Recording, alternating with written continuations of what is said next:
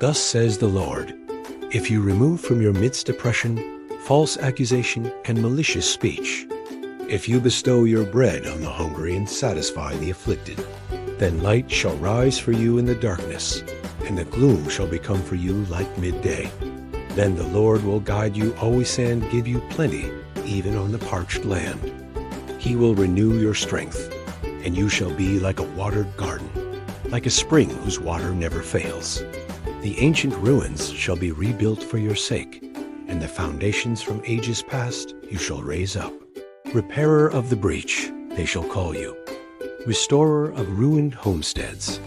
If you hold back your foot on the Sabbath from following your own pursuits on my holy day, if you call the Sabbath a delight and the Lord's holy day honorable, if you honor it by not following your ways, seeking your own interests, or speaking with malice, then you shall delight in the Lord, and I will make you ride on the heights of the earth. I will nourish you with the heritage of Jacob, your father, for the mouth of the Lord has spoken.